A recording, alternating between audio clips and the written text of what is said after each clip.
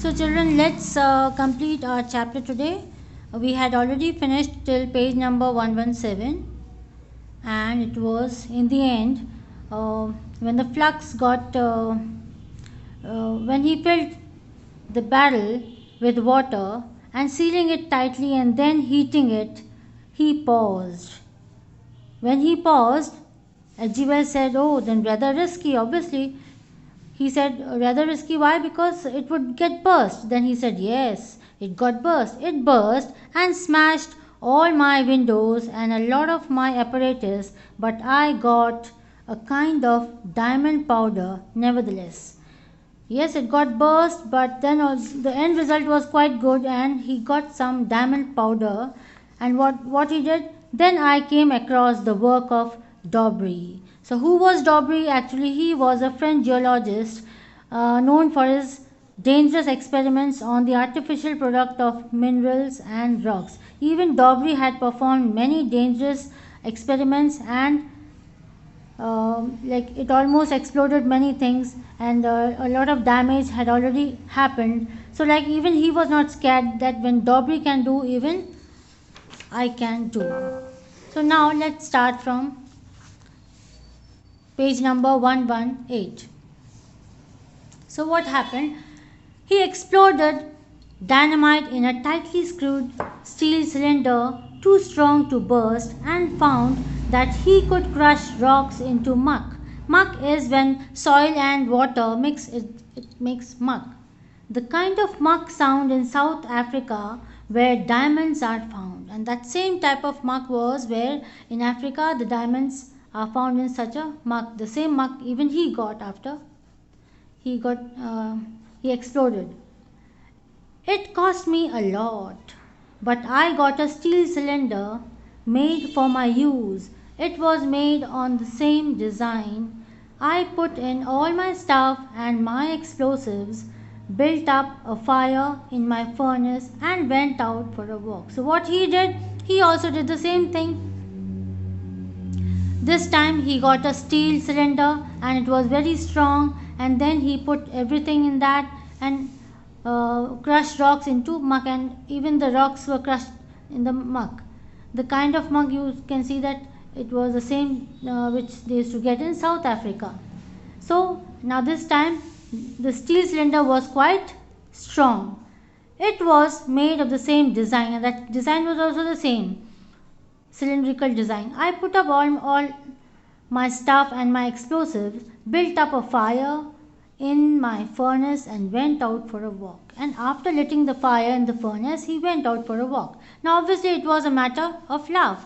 I could not help laughing. Who? H.G. Wells. He could not help laughing because, after all, if something is burning or in the house, how can you leave the house and go? It's quite dangerous. Did you not think it would blow up the house? Were there other people in the place? Then G. Wells said that, were you not aware that your house could be blown up?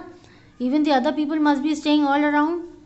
Yes, it was thoughtless. He said, yes, obviously there were many people around and it was really thoughtless that he did not think about them.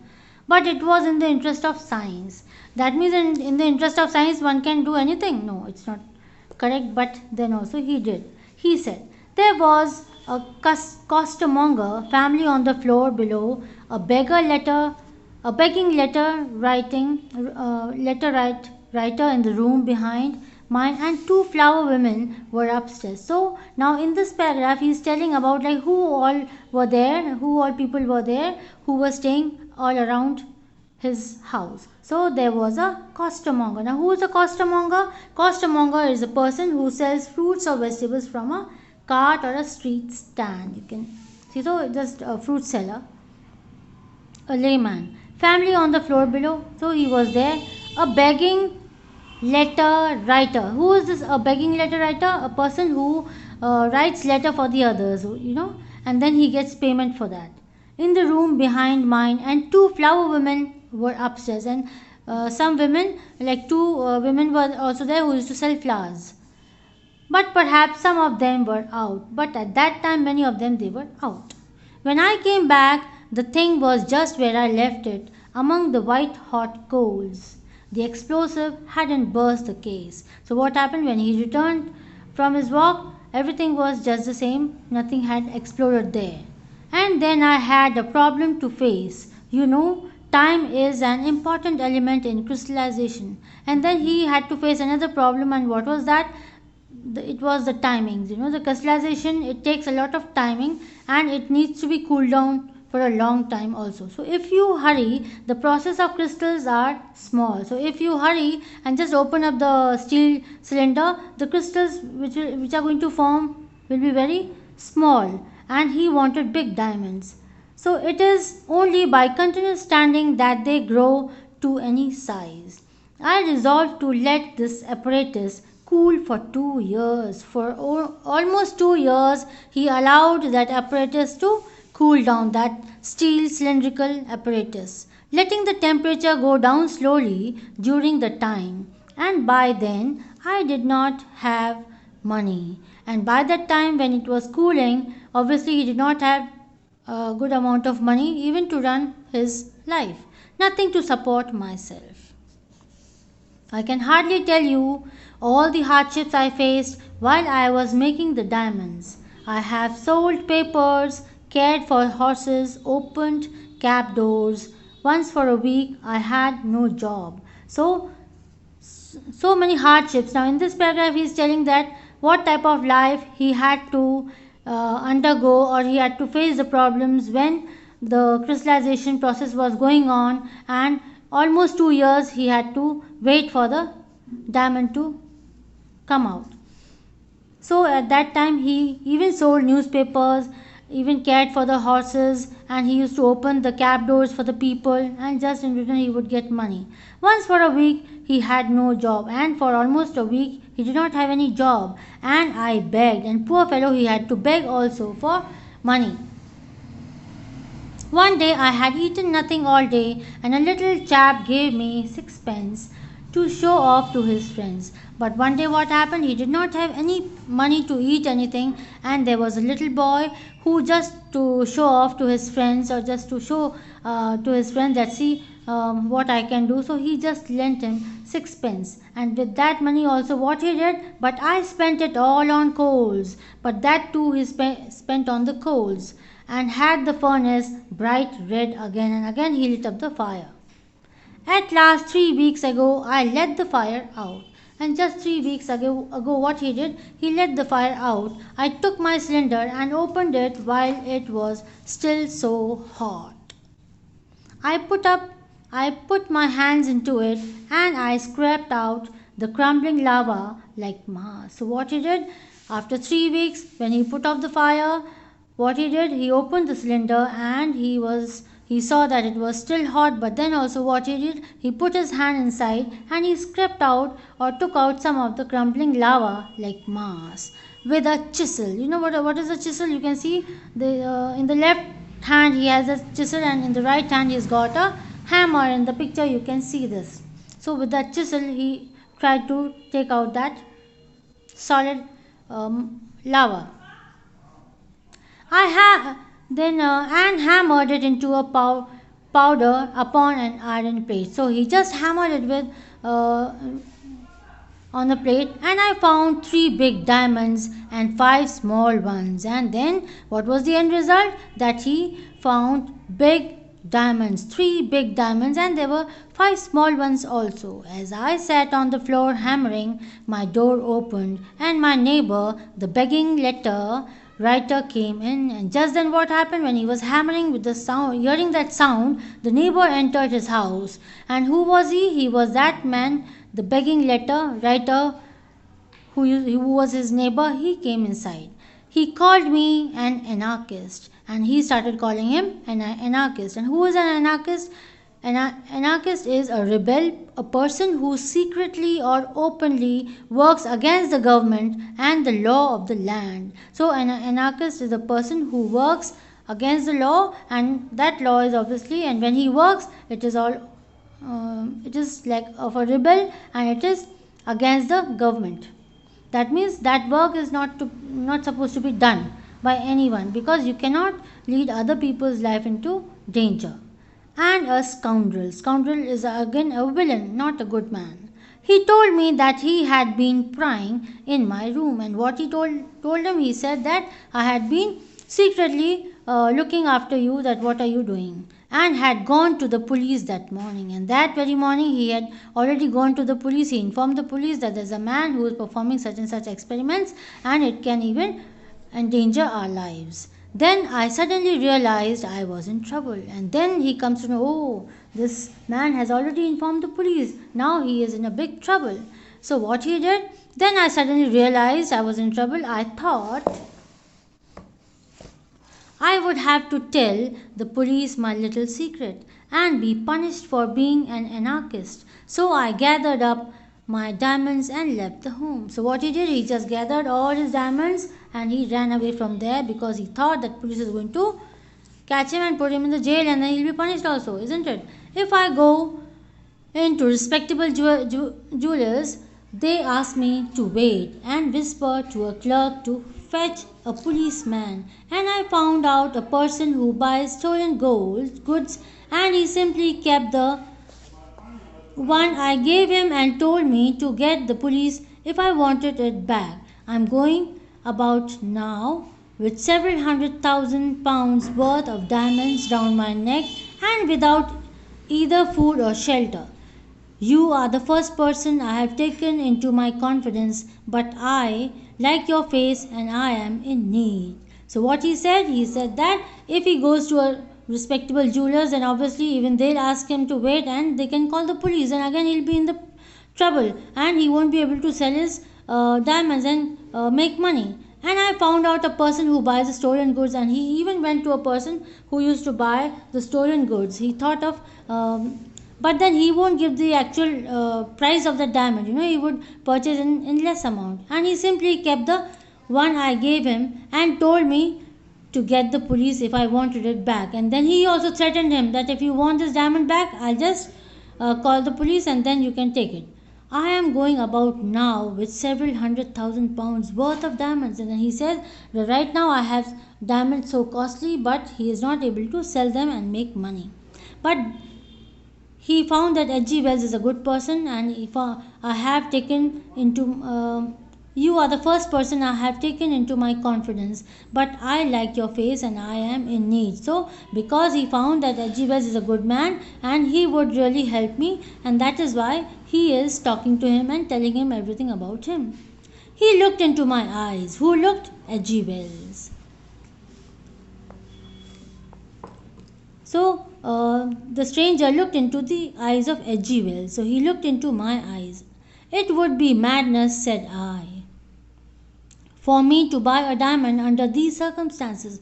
H.G. Wells also thought that if I am going to buy these diamonds when he is not able to sell, obviously even he won't be able to sell those diamonds. And even if he purchases those diamonds, obviously police is going to ask him that from where did you get these diamonds? Are they real or they are artificial? So it will be another problem. Moreover, I do not carry hundreds of pounds about in my pocket. Yet I believe your story. If you like, come to my office tomorrow, I'll buy. So H.G. Wells offered him this suggestion that if you come tomorrow to my office, I'll be able to purchase. Right now, he doesn't have so much of money in his pocket. Obviously, nobody carries a big amount in their pocket. You think I'm a thief? Said he.